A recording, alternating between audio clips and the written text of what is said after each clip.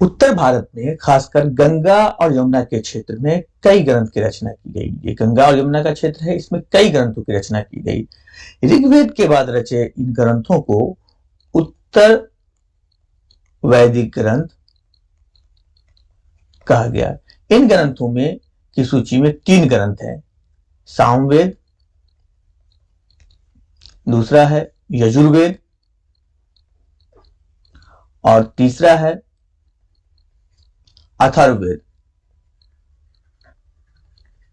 इन ग्रंथों में अनुष्ठान किए जाते थे और उनकी विधियां और उनके संपादन के तरीके बताए गए हैं। साथ ही सामाजिक नियमों के बारे में भी बताया गया है। तो इन वेदों में जो है, इन तीनों वेद में अनुष्ठान है के बारे में बताया गया है, उनको संपादन कैसे किया जाए इसके बारे में बताया गया है, और सामाजिक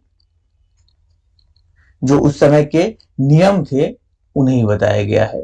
तो इस तरह यह वेद काफी महत्वपूर्ण है उस समय के स्रोत के लिए, खासकर ऋग्वेद के बाद जो उत्तर वैदिक काल था उसके स्रोत के लिए। इन्हीं ग्रंथों से पता चलता है कि आज से लगभग 3000 साल पहले जो है कुछ लोग जो है यज्ञों के जरिए का आयोजन करके, यानी यज्ञ का आयोजन कर उन्होंने वह राजा बन गए। यज्ञों का आयोजन किया और राजा बन गया, यानी यज्ञ जो थे उस समय के लिए महत्वपूर्ण थे। तो ऐसे कौन से यज्ञ थे जो काफी महत्वपूर्ण थे? तो उसमें एक यज्ञ जो है वह काफी महत्वपूर्ण था, अश्वमेध यज्ञ। यह काफी महत्वपूर्ण यज्ञ था। ये जो यज्ञ था इसे शासक वर्ग करते थे, राजा करता था। राजा अपना शक्ति प्रदर्शन के लिए इस प्रकार के यज्ञ करते थे। यह यज्ञ कैसा होता था, इससे प्रश्न पूछा जाएगा। तो इसमें एक घोड़ा को छोड़ा जाता था स्वतंत्र रूप से। राजा जो यज्ञ करते थे वो घोड़ा को छोड़ते थे। अगर किसी दूसरे राजा ने इस घोड़ा को रोक लिया, ये जो छोड़े गए घोड़ा को, तो उस राजा को यज्ञ करने वाले राजा से लड़ाई करनी पड़ती थी। तो अगर घोड़ा को रोका गया तो लड़ाई होती थी, और अगर घोड़ा को नहीं रोका गया तो जो यज्ञ करने वाले राजा के यज्ञ में उस राजा को शामिल होना पड़ता था। इस प्रकार यह यज्ञ जो था वह शक्ति प्रदर्शन था, शक्ति प्रदर्शन किया जाता था। और इस तरह जो यज्ञ करने वाला राजा शक्तिशाली राजा कहलाता था। इस प्रकार यह यज्ञ महत्वपूर्ण था। इस यज्ञ में राजा का स्थान जो होता था काफी प्रतिष्ठित होता था, मुख्य स्थान था। राजा का स्थान मुख्य होता था। और इन राजा के लिए जो आम लोग वह उपहार लाते थे। जो विष जिसे आम लोग, आगे की चर्चा हम करेंगे, विष जिसे वैश्य कहते हैं, जो आम लोग थे वह उपहार लाते थे। और जो राजा घोड़ा को नहीं रोकता था और अपने क्षेत्र में घोड़ा को जाने देता था, वह भी उपहार लाता था। इस यज्ञ में राजा के लिए विशेष सिंहासन बनाया जाता था, और सिंहासन खास करके राज सिंहासन जो बनाया जाता था वो बाघ की खाल का भी होता था। कुछ जगह बाघ की खाल की भी चर्चा है कि बाघ की खाल की सिंहासन बनाया जाता था। इन जो पूरे यज्ञ अनुष्ठान है इसमें एक वर्ग को शामिल नहीं किया जाता था। समाज के एक वर्ग थे, वह था शूद्र। शूद्र को यज्ञ में शामिल या अनुष्ठान में शामिल नहीं किया जाता था। यह महत्वपूर्ण है। इस प्रकार लगता है कि समाज जो था कई वर्गों समूहों में था। अगर देखें तो इस साहित्य से पता चलता है कि समाज कई समूहों में थे। उसमें कुछ समूह, एक पुरोहित का समूह था। अगर समूह को देखें, क्वेश्चन रहेगा इससे। एक पशुपालकों का था, पालकों का समूह था, योद्धाओं का था, व्यापारी का था, व्यापारी का भी समूह था, शिल्पकार का समूह था, श्रमिकों का था। यह क्वेश्चन रहेगा किस तरह के समूह थे। मछली पकड़ने वाले, जंगल में रहने वाले का एक समूह था।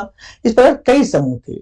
इन समूह को हम जो था उसको, उन समूहों को जो पुरोहित वर्ग था, एक पुरोहित जो लोग थे, जो जिसे पुरोहित कहा जाता था, पुरोहित चर्चा करेंगे आगे, पुरोहित, ये पुरोहितों ने इन जो समूहों को 4 वर्गों में बांट दिया, 4 वर्गों में बांट दिया।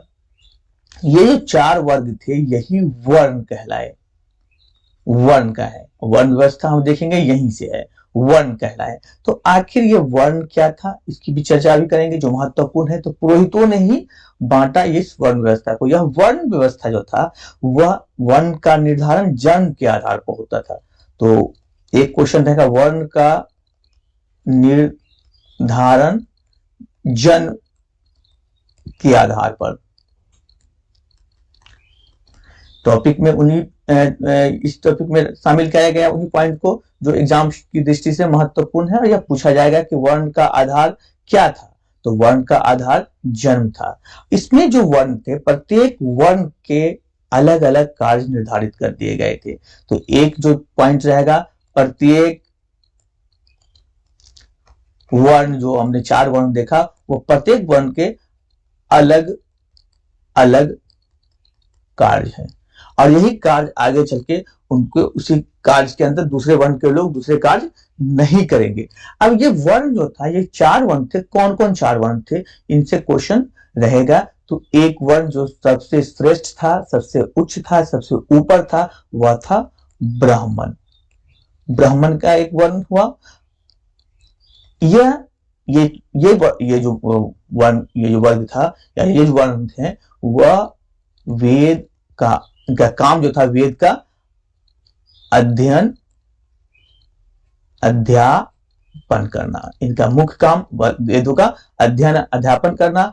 एक जो काम था इसका यज्ञ का आयोजन, या यज्ञ करवाना, यज्ञ करवाना। यह यज्ञ करवाता था, यानी इन्हीं के द्वारा यज्ञ किया जाता था। और एक जो था इनका काम अगर देखें तो यज्ञ कराना और अध्ययन अध्यापन कराना। इसके बदले में इन्हें उपहार मिलता था, इन्हीं पे इनका भरण पोषण चलता था, यहीं पे इनका गुजारा चलता था। एक दूसरा जो वर्ण था वह था शासक का, जिसको क्षत्रिय कहते हैं, क्षत्रिय कहा जाता था, क्षत्रिय कहा जाता है। इनका जो काम था वह युद्ध करना था, युद्ध करना इनका काम था। और इनका काम था जो सामान्य लोग थे, लोगों की रक्षा करना। ये शासक वर्ग थे, राजा वर्ग था। तीसरा एक वर्ण था, जो तीसरा वर्ण वह था वैश्य का या विश्व का। ये इस वर्ग में बहुत सारे जो सामाजिक समूह शामिल थे, जैसे कृषक भी शामिल थे, पशुपालक थे, व्यापारी थे। तो यह बहुत बड़ा समूह था तीसरा वर्ग का, जो वैश्य था। इनका काम, जो वैश्य का करें, वैश्य और क्षत्रिय, ऊपर हमने देखा शासक वर्ग, क्षत्रिय वर्ग। तो वैश्य और क्षत्रिय जो थे वह यज्ञ करने का अधिकार था। इन दोनों को यज्ञ करवाता था, और इनको यज्ञ करने का अधिकार था। क्वेश्चन यहां से पूछा जाएगा कि यज्ञ करने का अधिकार किन 2 वर्णों को था, तो वैश्य और क्षत्रिय को। यज्ञ करवाने का तो वो ब्राह्मण को। एक जो अंतिम था, समाज के सबसे निचले वर्ग में था, वह था शूद्र। शूद्र यह सबसे नीचे था, और जो चारों वर्ण था उसमें सबसे नीचे था। इनका काम था अन्य जो 3 वर्ग है, 3 जो ऊपर हुए हैं, उनकी सेवा करना, 3 वर्णों की सेवा करना। सबसे निचला वर्ग था। इन वर्णों के अलावा अगर देखें तो शूद्रों को यज्ञ अनुष्ठान, पहले भी देखा कि अनुष्ठान करने का इसको बहुत अधिकार नहीं था। वह शूद्र यह यज्ञ या अनुष्ठान नहीं करा सकता था। इसके अलावा औरतों को भी यज्ञ करने का अधिकार नहीं था। इस प्रकार देखें कि सामाजिक व्यवस्था वर्णों में बटी हुई थी। महिलाओं और शूद्रों को यज्ञ कराने का याग करने का अधिकार नहीं था। शासक वर्ग और जो क्षत्रिय वर्ग, शासक वर्ग और वैश्य को यज्ञ कराने का अधिकार था। क्वेश्चन यहां से पूछा जाता है, पूछा भी जाएगा। बाद में कुछ लोगों को अछूत माना गया। अब देखिए एक पांचवा भी उसमें जुड़ेगा एक समूह, वह अछूतों का होगा। ये अछूत ये वर्णीय व्यवस्था से अलग था और इसमें जो थे वह शिल्पकार था, शिल्पकार, भोजक संग्राहक, जो भोजन इकट्ठा करने वाले भोजन संग्राहक, कुछ लोग जो थे जो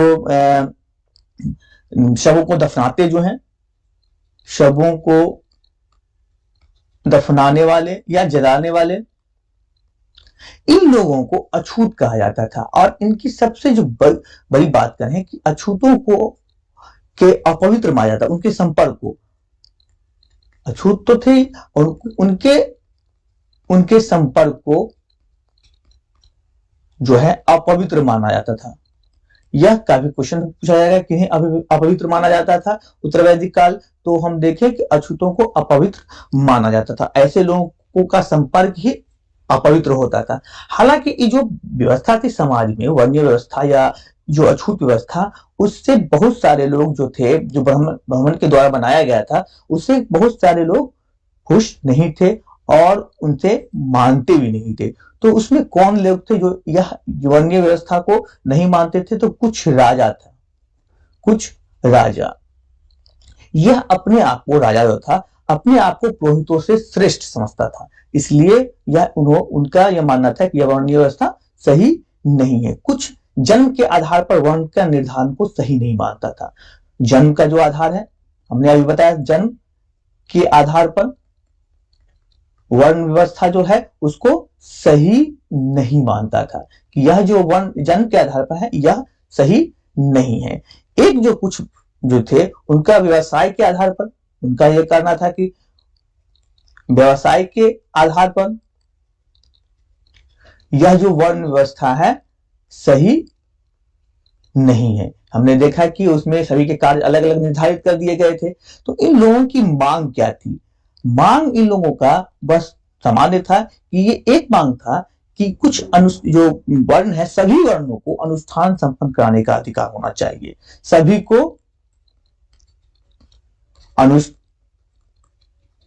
हम देखते थे कि एक को अनुष्ठान कराने का अधिकार नहीं है, तो सभी को अनुष्ठान का अधिकार होना चाहिए, अधिकार होना चाहिए। और दूसरा मांग जो था, छुआछूत समाप्त होना चाहिए। हमने देखा कि अभी अपवित्र माना जाता है उनके संपर्क को ही अछूतों से, तो छुआछूत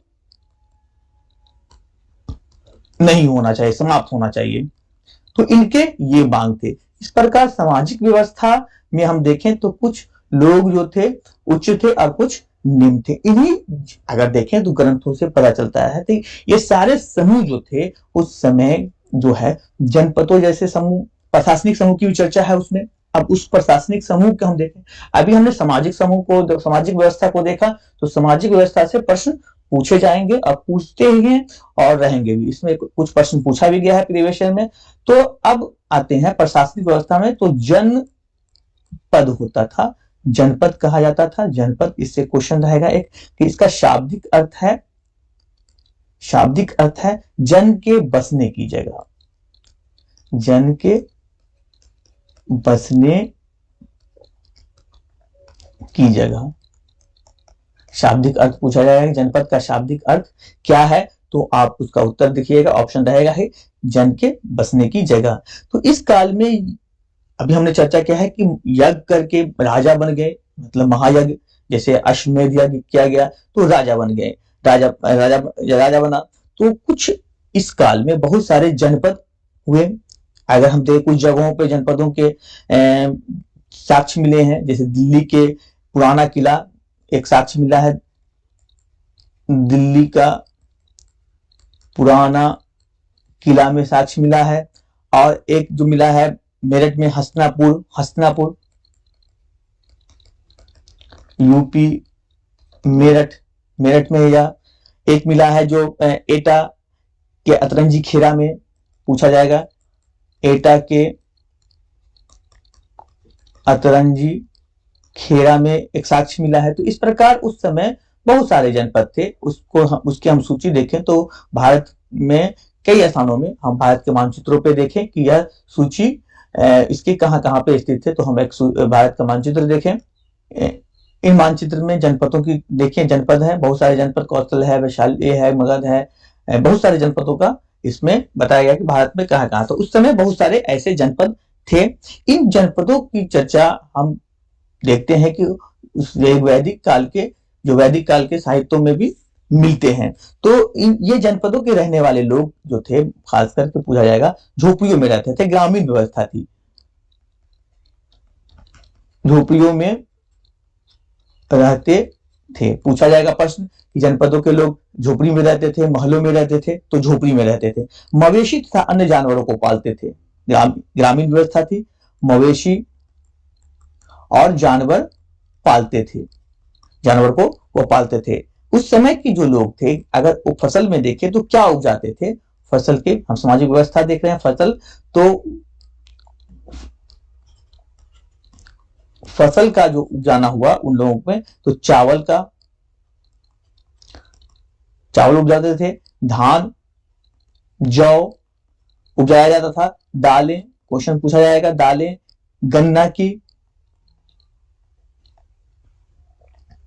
गन्ना उपजाया जाता था, तिल, सरसों जैसी फसलों को यह उपजाते थे।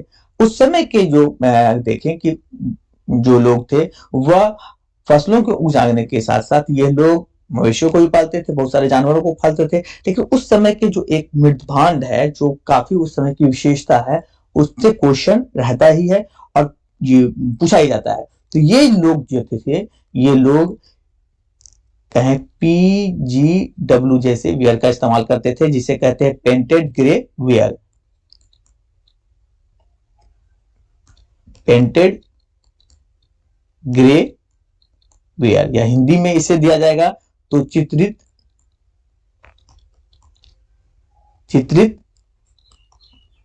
धूसर और लाल रंग के होते हैं, जिसको कहा गया चित्रित धूसर मृदभांड। अगर ये देखें तो PGW का हुआ, PGW का फुल फॉर्म तथा पेंटेड ग्रे वियर, या फुल फॉर्म भी पूछा जाएगा। और एक इससे रहेगा कि हिंदी में अगर देखा तो चित्रित धूसर मृदभांड। यह क्वेश्चन इंपोर्टेंट है, इससे क्वेश्चन रहता है और पूछा जाएगा। तो इस तरह से देखें तो उस काल के लोग इन बर्तनों पर चित्रकारी करते थे। एक बर्तन का हम चित्र देखें, इन बर्तनों पे चित्रकारी किया जाता था। चित्रकारी देखें, ये चित्रकारी जो होते थे वह ज्यामितीय आकृति के होते थे, ज्यामितीय आकृति के होते थे, या सरल रेखा होता था, इन पे रेखा होता था। तो इस प्रकार के पात्र का वह इस्तेमाल करते थे इस समय के। यह इसकी विशेषता है, उस दौर की विशेषता है। PGW याद रखिएगा, PGW पेंटेड ग्रे वियर, चित्रित धूसर मृदभांड, या चित्रित धूसर धूसर और लाल मृदभांड भी रहेगा। तो इस तरह इससे क्वेश्चन रहेगा, यह क्वेश्चन छूटना नहीं चाहिए। कई जनपद महाजनपद बन गया, और तो इस दौर में महाजनपद भी था, कुछ जनपद भी थे और महाजनपद भी था, और कुछ जनपद महाजनपद बना। तो महाजनपद का भी यह दौर था। महाजनपद एक व्यवस्था थी, प्रशासनिक व्यवस्था थी। तो जब कुछ जनपद अधिक महत्वपूर्ण हो गए तो वह महाजनपद कहलाया। तो महाजनपद हमने बताया था कि कुछ जनपद था भी, और कुछ महत्वपूर्ण हो गए जनपद, तो वह महत्वपूर्ण जनपद या बड़ा हो गया प्रशासनिक दृष्टि से, तो वह महाजनपद कहलाया। इनकी जो कुछ के अधिकतर महाजनपदों की राजधानियां थी, क्वेश्चन पूछा था, अधिकतर महाजनपदों की राजधानियां थी। यह क्वेश्चन पूछा गया है, प्रीवियस ईयर में क्वेश्चन पूछा गया है कि जनपदों की राजधानियां थी, तो अधिकतर जनपदों की राजधानियां थी। कई राजधानियों में किलेबंदी की गई थी। तो इन राजधानियों जो थी उनकी किलेबंदी की गई थी, किलेबंदी की गई थी। यह महत्वपूर्ण है कि किलेबंदी किया जाना उस दौर में, यानी इनके चारों ओर जो है लकड़ी, ईंट या पत्थर के ऊंची दीवारें, काफी ऊंची दीवारें बनाई जाती थी। क्यों आखिर ये किलेबंदी क्यों की जाती थी? अब यह प्रश्न उठता है और यहीं से प्रश्न से जो है वह क्वेश्चन बनाया जाएगा। किलेबंदी क्यों की जाती थी? क्यों किलेबंदी की जाती थी? तो इसके प्रश्न इसमें देखें कि इसमें क्या था किलेबंदी, तो दूसरे राज्यों के आक्रमण से, जो दूसरे राजा थे या राज्य कहें के आक्रमण से डरते। एक जो कारण था दूसरे राजाओं के आक्रमण का डर था।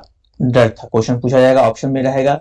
एक जो था अपनी समृद्धि और शक्ति का प्रदर्शन करने के लिए, तो अपनी समृद्धि और शक्ति का प्रदर्शन, यह भी ऑप्शन रहेगा प्रदर्शन करने के लिए।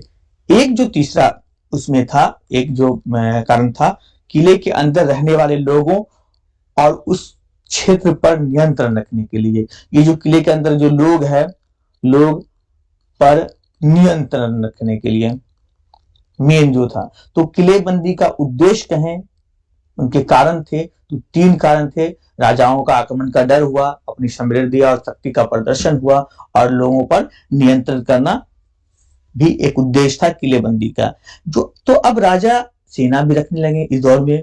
हमने कहा कि राजा बहुत शक्तिशाली हो गया है पहले की दृष्टि से, तो सेना रखना शुरू हो गया है इस दौर में। हमने देखा था ऋग्वैदिक काल में सेना अस्थाई नहीं था, इस दौर में अस्थाई सेना है। अस्थाई सेना रखना शुरू हो गया। उस समय सेना नहीं हुआ करता था, तो अब सेना अस्थाई हो गया। अब सिपाहियों को नियमित वेतन देकर पूरे साल रखा जाता था, पूरे साल नियमित वेतन मिलता था इन्हें, और पूरे साल यह रखा जाता था सेनाओं को। अतः हम देखें कि अब इन सेनाओं को रखने के लिए, इनके जो है किला बनाने के लिए या किसी तरह के कार्य करने के लिए इन्हें भुगतान दिया जाता था। अब भुगतान जो है संभव हुआ, और यह भुगतान दिया जाता था, मतलब अब कार्य के बदले में भुगतान दिया जाता था। संभवतः यह है माना जाता है कि ये आहत सिक्के में दिए जाते होंगे। आहत सिक्के जिसकी चर्चा हम आगे करेंगे, आगे की वीडियो में इसकी चर्चा होगी कि यह सिक्के कैसे हैं, और इसे भी प्रश्न पूछा गया है। तो हालांकि यह भुगतान आहत सिक्के में होता था। इस तरह हम देखें कि राजा जो थे अपने किले को बनाने के लिए, नियमित सेना रखने के लिए, किसी कार्य को करने के लिए उन्हें कुछ पैसों की या कुछ ऐसे भुगतान करने वाले चीजों की जरूरत थी, तो वह उसे पूरा कहां से करेगा? तो अब यहां पर राजा जो है वह कर व्यवस्था अपनाएगा, वह कर वसूली करेगा। पहले हमने देखा कि कर व्यवस्था ऋग्वैदिक काल में कि कर राजा नहीं वसूलता था, राजा कर नहीं वसूलता था। अब यहाँ पर महाजनपदों के राजा जो हुए, वह राजा वह कर वसूलेंगे। तो उसका उद्देश्य, मतलब क्यों कर वसूल रहे थे? किले बनाने के लिए। किले बनाने के लिए उन्हें पैसे चाहिए, प्रचुर संसाधन के लिए चाहिए, कर्मचारी चाहिए, किले बनाने के किले बनाना है उसे, तो उसके लिए चाहिए, संसाधनों के लिए, प्रचुर संसाधनों के लिए उसे पैसे चाहिए, और कर्मचारी जो रखेगा उसके लिए कर्मचारी, तो उनके लिए भी पैसे चाहिए। सेना रख रहा है, सेना के लिए इस सबों के लिए इन्हें धन चाहिए, और धन वह कर के रूप में वसूल करता है। तो इस सभी के लिए उन्हें धन चाहिए था। तो उपहार पर, पहले का दौर जो रिवायत था वो उपहार पर था, अब वह नियमित हो गया। तो कर नियमित वसूलने लिया गया, जिसे प्राप्त किया जाएगा, कर जो है प्राप्त किया जाएगा और नियमित प्राप्त किया जाएगा। आखिर यह कर किससे वसूला जाएगा? अब यहाँ पर प्रश्न है, और इससे जो प्रश्न पूछा जाएगा, तो कर जो था, जो कर वसूलने का कार्य था कि किससे वसूला जाए, तो सबसे ऊपर था वह है कृषकों से कर का वसूल। तो फसल पर कृषक फसल से वसूलते सबसे महत्वपूर्ण कर है। अगर इस पे देखें तो सबसे फसल पर लिया गया कर सबसे महत्वपूर्ण है, फसल पर जो लिया गया कर है वह सबसे महत्वपूर्ण है। क्यों महत्वपूर्ण है? तो अधिकांश जो जनता है, लोग हैं, वह कृषक है, अधिकांश लोग कृषक है, इसलिए सबसे ज्यादा कर यहीं से राजा को आएगा। इस तरह हम देखें कि करीय व्यवस्था में कृषक से, किसानों से कर वसूला जाता था और इससे एक प्रश्न पूछा भी गया था कि इससे जो कर वसूला जाता था वह उपज का कितना होता था, कितना भाग होता था, कितना हिस्सा होता था। तो उपज का 6वां हिस्सा कर के रूप में वसूला जाता था, जिसे भाग कहा जाता था। प्रश्न पूछा गया है कि भाग, तो उपज का 6वां हिस्सा होता था भाग, जो कर के लिए वसूला जाता था, जो फसलों पे होता था, कृषकों से लिया जाता था, उसे भाग कहा जाता था। एक जो कर वसूला जाता था वो कारीगरों से कर वसूला जाता था। इन पर लगाया गया कर, जो लगाया कर है, श्रमिक के रूप में चुकाया जाता था, या श्रमिक के रूप में चुकाते थे, श्रम करके चुकाते थे। उन करों को राजा के लिए महीने का एक दिन काम करना पड़ता था, फ्री में, मुफ्त में। तो एक दिन जो काम होता था वह काम उन्हें करना पड़ता था राजा का। तो ये कारीगर उसी तरह अपने श्रमदान करके, यानी कि श्रमिक करके अपने करों को चुकाते थे। तीसरा था पशुपालकों से, इनसे भी कर वसूला जाता था। इनसे कैसे कर वसूला जाता था? जानवर या उनके उत्पादों के रूप में। तो यह जानवर देते थे राजा को, या उस जानवर से उत्पाद जो कहता है, जैसे दूध हुआ, मक्खन हुआ, तो वह उस उत्पाद को राजा के पास पहुंचाते थे। एक तीसरा जो था वह व्यापारियों से कर लिया जाता था। इनके सामान खरीदने और बेचने पर कर था। अगर सामान खरीद और बेचने पर कर लिया जाता था। एक चौथा जो 5वां है, जो एक उससे भी कर वसूला जाता था, हालांकि यह देखें ये अछूत था। आखेटकों और संग्राहकों, इनसे ही वसूला जाता था। तो इनसे जो ये जंगलों से प्राप्त वस्तुओं को देना पड़ता था। ये जंगल में जाता था और जंगल से प्राप्त वस्तु या राजा के पास पहुंचाता था। इस प्रकार राजा जो था वह कर विभिन्न स्रोतों से कर जो है वह वसूल करता था और कर्ज का उगाही करता था, अपनी जो सेनाओं के लिए, अपने कर्मचारियों के लिए, अपने लोगों के लिए, जो उन लोगों को वो का आहत सिक्के के रूप में कर अदा करता था, आहत सिक्के के रूप में उसे वेतन देता था। सबसे महत्वपूर्ण कर कृषकों का था, हमने अभी देखा कि महत्वपूर्ण था और इससे क्वेश्चन भी पूछा गया था। और भाग था, जिसे भाग कहा जाता है, यानी कृषक क्षेत्र काफी महत्वपूर्ण था। इससे यही लगता है कि कृषि क्षेत्र जो था, कृषि क्षेत्र काफी महत्वपूर्ण हो गया था उस दौर में।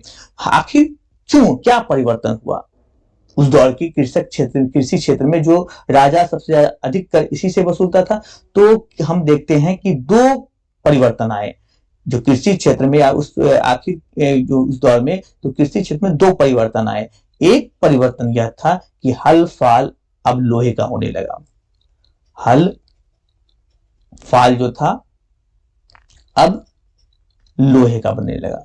हमने ऋग्वेद में देखा कि हलफाल जो था वो लकड़ी का था, लेकिन यहाँ हलफाल लोहे का था। धान के पौधों का रोपण पहले की तुलना में उपज बढ़ा दिया। मतलब धान के पौधों का जो है, धान के पौधों का रोपण हो गया। हम पहले देखे थे रोपण नहीं हो रहा है, अब रोपने की वजह से उसकी उपज क्षमता पहले से बढ़ गई। अब पौधे कम नुकसान होने लगा और उपज ज्यादा होने लगा। इससे जो है अधिशेष ज्यादा हुआ, तो शासक वर्ग ने कृषकों पर अधिक कर लगाना शुरू किया। और इन खेती व्यवस्था से, कृषि व्यवस्था से एक तो यह हुआ कि इस तरह श्रमिकों की आवश्यकता भी ज्यादा पड़ी। हम 2 जो उस समय के जनपद थे, उन जो जनपद से राज्य बना, उनकी हम पहले निरीक्षण करते हैं। एक उसमें मगध था। हमने ऊपर देखा कि अब ये विशेषता थी उस समय की, तो उसमें एक मगध का हम देखें कि उस मगध की क्या जो एक राज्य के रूप में उभरा, जनपद से राज्य के रूप में उभरना हुआ, तो महाजनपदों मगध का हम चर्चा करते हैं। और इससे क्वेश्चन पूछा गया है और पूछा जाएगा, फिर भी पूछा जाएगा। तो ये लगभग 200 साल पहले भीतर हम देखेंगे मगध सबसे महत्वपूर्ण जनपद बन गया। तो ये जनपद से राज्य कैसे बना, इनकी क्या विशेषता थी, तो उस पर चर्चा हम करते हैं। इससे क्वेश्चन देखते हैं। तो कारण क्या था? कारण, तो एक कारण जो महत्वपूर्ण है, गंगा और सोन नदी पे इनका अवस्थित होना। तो गंगा और सोन नदी पे अवस्थित होना, तो इससे क्या है, यातायात, नदी की वजह से यातायात की सुविधा भी थी, जल वितरण की सुविधा, जमीन उपजाऊ हो गया। तो एक तो इसके यातायात, जमीन का उपजाऊ होना, इससे इस क्षेत्र मगध का क्षेत्र हो गया। एक तो था, एक हिस्सा इसका जंगल था, मगध का एक हिस्सा जंगल था। इससे क्या फायदा हुआ? तो जंगल से हाथी या उससे हाथी प्राप्त होता था। इन जंगलों में भारी संख्या में हाथी रहता था और हाथी को प्रशिक्षित करके सेना में इसका इस्तेमाल किया जाता था। इसके अलावा इन जंगल से लकड़ी भी प्राप्त की जाती थी। तो इस तरह मगध में या एक समझे ये संसाधन के रूप में इस्तेमाल किया जाता था जंगलों का।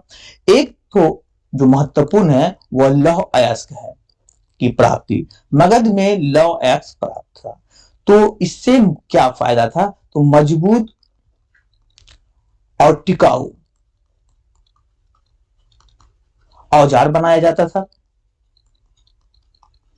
हथियार बनाया जाता था। हमने अभी देखा कि हल के लिए उन्होंने फाल जो बनाया, हल फाल, वह लोहे का बनाया। तो लौह अयस्क का होना बहुत ही महत्वपूर्ण है उसमें। इसके अलावा उस समय के कुछ शक्तिशाली राजा थे, जो मगध के शक्तिशाली राजा हुए, जिसमें बिंबिसार, अजातशत्रु महत्वपूर्ण थे। इन लोगों ने अपने जनपदों को, अपने राज्यों को राज्य का रूप दिया, शक्तिशाली विस्तार किया। महापद्मनंद जो उपमहाद्वीप के उत्तर पश्चिम तक इनका विस्तार किया। तो इस तरह जो पूरे मगध को शक्तिशाली बनाया इन लोगों ने। तो कुछ बहुत सारे तत्व मिलकर मगध को एक राज्य के रूप में उभारा, शक्तिशाली राज्य के रूप में उभारा। इसकी राजधानी देखें तो मगध की जो राजधानी थी, क्वेश्चन पूछा जाएगा इससे, राजधानी, तो एक राजधानी जो शुरू की थी राजगिरी, आधुनिक राजधानी इसकी राजगिरी थी। एक जो बाद में हुई राजधानी इसकी बादें बनी, इसे बादें शुरू का थे ये, और बाद में है वह हुआ पाटलिपुत्र, बाद में बदलकर पाटलिपुत्र, आज का पटना। तो इस प्रकार शुरू में मगध की राजधानी राजगिरी थी, उसके बाद इसकी राजधानी पाटलिपुत्र, इसका हस्तांतरण किया गया। इसकी चर्चा हम आगे वीडियो में करेंगे, आगे चैप्टर में पढ़ेंगे। लगभग 2300 साल पहले मिसिडोनिया एक राज्य था। मिसिडोनिया, लगभग इसकी चर्चा होती है जब मगध की चर्चा होती है, तो सिकंदर की भी चर्चा होती है। तो लगभग 2300 साल पहले मिसिडोनिया का राजा सिकंदर, क्वेश्चन पूछा जाएगा, मिसिडोनिया का राजा सिकंदर ने विश्व विजय की चाह रखा था, विश्व विजय के लिए निकला था। तो भारतीय उपमहाद्वीप में व्यास नदी के किनारे पहुंच गया था यह मैसिडोनिया का राजा सिकंदर, व्यास नदी तक पहुंच गया। जब उसने मगध की ओर कूच करना चाहा तो उसके सिपाहियों ने मगध पर आक्रमण करने से या वहां जाने से इनकार कर दिया। यहां ही से क्वेश्चन पूछा जाएगा, इसलिए हम इस टॉपिक को यहाँ पर शुरू किए हैं कि जब मैसिडोनिया का राजा सिकंदर ने भारत के व्यास नदी के किनारे पहुंचकर उस पे मगध पर आक्रमण करना चाहे तो उसके सिपाही जो थे वह इनकार कर दिए। तो आखिर यह इनकार क्यों किया, क्वेश्चन यहीं से होगा, आखिर इनकार क्यों? तो वह क्यों भयभीत हो गए थे? तो वह इसलिए भयभीत हो गए थे कि पहला जो कारण था उनका, जो उनके भयभीत होने का, वह शासकों के पास पैदल सेना बहुत बड़ी है। शासक जो मगध का शासक था, उनका मानना था शासक के पास पैदल सेना बहुत बड़ी है, रथ है, रथ सेना है बहुत बड़ी, और हाथी जो है, हाथी हमने का चर्चा करा, बहुत बड़ी सेना है, हाथियों की बहुत बड़ी सेना, हाथियों की सेना है। और इससे पता चलता है कि उस समय राजा कितने शक्तिशाली थे और सेना उसकी कितनी मजबूत थी। एक दूसरा राज्य जो जनपद है वह है बज्जी। बज्जी की भी चर्चा है और इससे प्रश्न पूछा जाएगा। बज्जी मगध के नजदीक का है, यह क्या इसकी विशेषता है जिसकी चर्चा, जिसकी वजह से हम यहाँ पे इसकी चर्चा कर रहे हैं। तो मगध का, एक तो मगध के नजदीक ही था, पड़ोसी है। दूसरी, इसे इसकी राजधानी वैशाली थी, राजधानी वैशाली। क्वेश्चन पूछा जाएगा बज्जी की राजधानी कहां थी, इनमें से 4 ऑप्शन रहेगा, तो बज्जी की राजधानी वैशाली थी। ये इनकी एक विशेषता थी, इनके गण या संघ कहा जाता है इनको, इनके जो प्रशासनिक व्यवस्था थी उसको गण या संघ कहा जाता है। इसी संघ और गण की वजह से हम इस बज्जी को पढ़ रहे हैं। तो गण किसे कहते थे, गण का शाब्दिक अर्थ क्या है, क्वेश्चन पूछेगा, ये पूछा जाएगा इसे। इस शब्द का प्रयोग कई सदस्यों वाले समूह के लिए किया जाता है। गण जो होते हैं कई सदस्यों वाले समूह के लिए अक्सर गण का उपयोग किया जाता है। और संघ, तो इसका अर्थ संगठन या सभा से है, संगठन या सभा से है, सभा। तो यह दोनों से पूछा जाएगा गण का क्या मतलब है और संघ का क्या मतलब है। और बज्जी को हम इसी गण और संघ की वजह से पढ़ते हैं और जानते हैं, इसी की विशेषता थी। इस गण या संघ के कई शासक होते थे। एक विशेषता थी कि गण, जो गण होता था, जो बज्जी एक गण था, प्रशासनिक व्यवस्था नाम है उसका, तो इसके एक विशेषता, इनके कई शासक मिलकर इनको चलाते, शासक होते थे। ऑप्शन में रहेगा गण के कई शासक होते थे, एक शासक होते थे, एक भी शासक नहीं होते थे। तो ऐसा ऑप्शन देखा जाएगा। तो इसकी विशेषताओं से कभी कभी एक साथ कई शासक होते थे, हमने कहा, जिसके प्रत्येक व्यक्ति राजा कहलाता था। इसके जो प्रत्येक व्यक्ति राजा कहलाता था, प्रत्येक व्यक्ति राजा कहलाता था।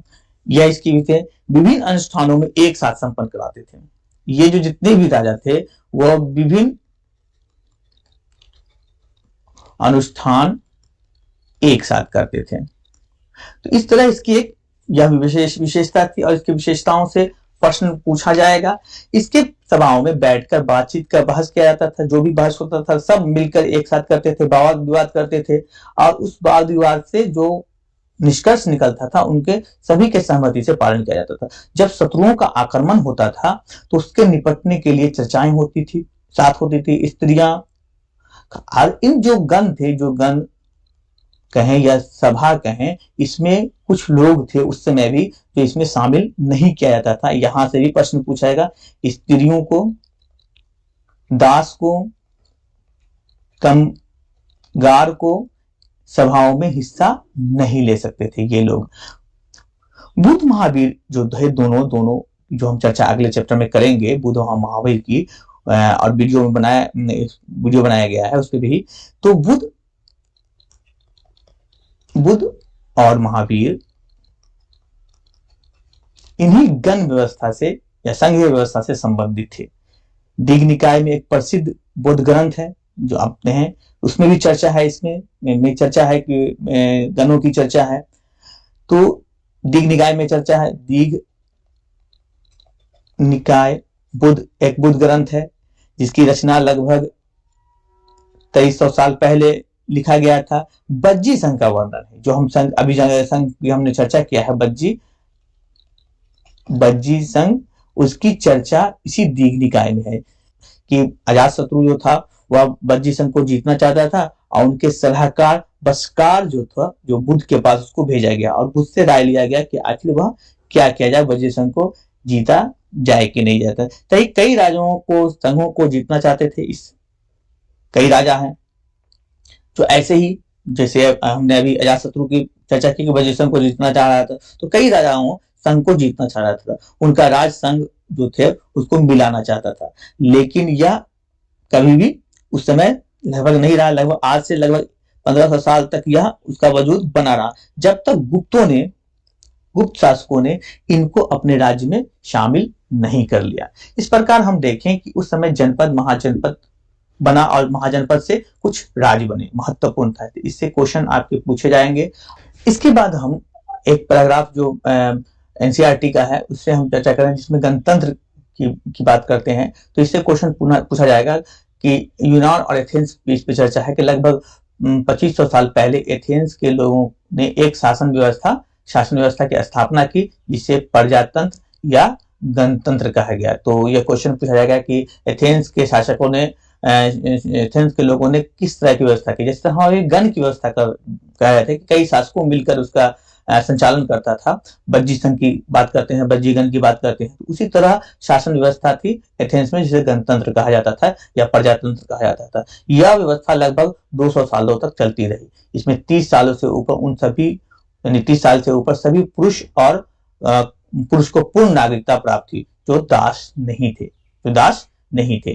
तो वहां एक सभा थी जो महत्वपूर्ण विषयों पर निर्णय लेती थी, के लिए साल भर में कम से कम 40 बार बुलाई जाती थी। तो यह महत्वपूर्ण है, इन सभाओं को सभी नागरिक भाग लेते थे जो 30 साल से ऊपर के होते थे, जो दास नहीं थे।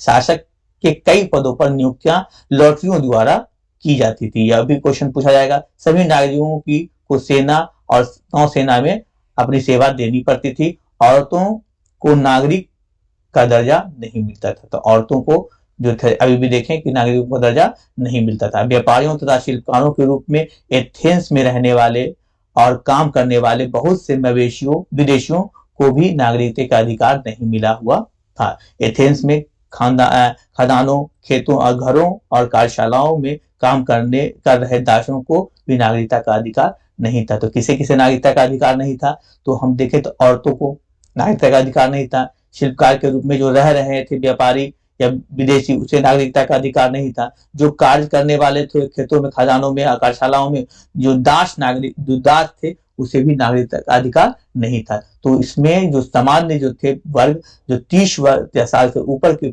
महापुरुष जो थे, जो दास नहीं थे, तो उसे, जो विदेशी नहीं थे, जो औरत नहीं हो, उसे वह सभाओं में उपस्थित होने का अधिकार था, सभाओं में शामिल होने का अधिकार था। तो यह महत्वपूर्ण है, इससे क्वेश्चन पूछा जाएगा। इसको एक बार जरूर अच्छे से देख लीजिएगा। इस प्रकार हमने पूरे इस शासनीय व्यवस्था को, खासकर जनपद, महाजनपद और राज्य के बनने की प्रक्रिया को देखा। इससे क्वेश्चन रहेंगे